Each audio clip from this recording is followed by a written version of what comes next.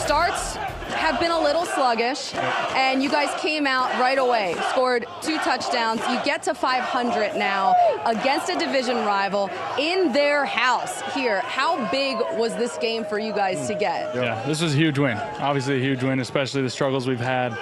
We've always known what we've been capable of doing, but coming on the road here against an NFC East opponent, this was huge for us. Obviously starting fast, something we've always preached, so that first touchdown, that big turnover the defense had, really got us rolling. Carson, a lot of talk about this Super Bowl hangover. First, tell me, how much do you believe in the Super Bowl hangover, and how have you seen it affect your team? Yeah, I mean, I don't believe in it at all. I mean, I know for me personally, there's none of that. I wasn't out there, so I know I'm very hungry. I know there's a lot of us that are. I know we have a handful of veterans that have really put that in the past. So people want to call it that. We've just had a rough couple games with some little mistakes, some sloppy play. But again, we know what we're capable of doing, and I think we put it on display tonight. How confident are you with the knee and everything and the injury and being back now? I feel great. I feel extremely confident out there. It was a long, grinding rehab process, but I feel good. I know about it. Trust me. Save some questions for somebody else.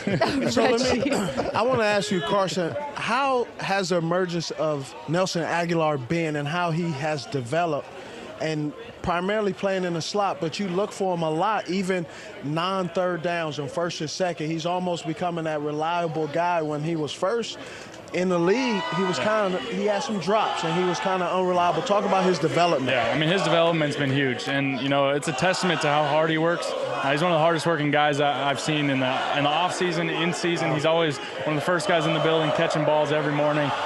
So we've seen him put in the hard work, and that move to the slot, I think, really has served him well, and he's making plays all over the field. Earlier before the show, we asked a question that we all talked about is Carson Wentz back to his MVP form from last season? Where do you feel like you are right now with the knee injury, and then as far as your performance? Yeah, I mean, with the knee injury, I totally feel like it's behind me. Yeah. I know it's been a long, like I said, long, grueling process, one I don't wish upon anybody, but I feel it's completely behind me. Obviously, out on the field, we've kind of been sloppy the last couple games, but personally, I don't feel like there's much rust. I feel like I'm out there, and guys are playing fast, and I think it was good to finally show that tonight. Yeah. We have our next-gen stats people kind of looking at all the different plays in the game, and that touchdown that we came in on from you to Alshon Jeffrey, 18% chance of that happening according to Next Gen Stats. So let's walk through everything that went down on this play. Yeah, I mean, 18%. I don't know how they get that number, but 18% of the time it works every time. Some geek behind a computer. Who knows what that means? Never played football.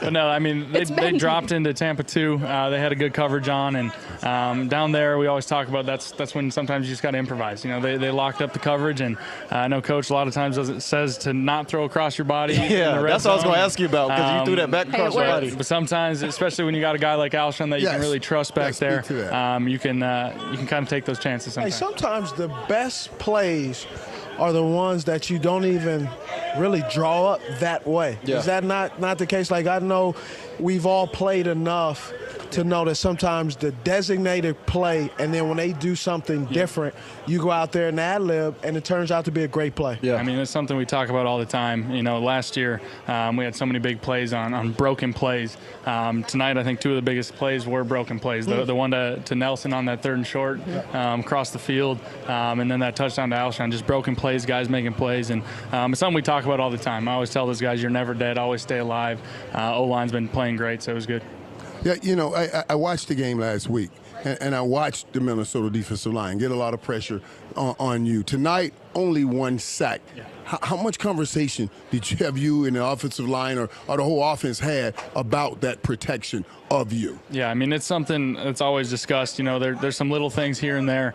Overall, I think they've been playing great. There's always a couple plays, and unfortunately, it's been a big play. It's been the strip sack. It's been stuff like that. So there's always things we got to clean up. But I trust those guys extremely well. They put it all on the line every week, and they take that job with pride for sure. Hey, you're a bad man, man. You're a bad man. I wish that we could have you on here for the rest of the show. We didn't even get to talk about the defense and how much they've been balling out. How cool is it? We had his brother on our show last week. Yeah, you did. Carson Wentz, everybody. Thanks so much for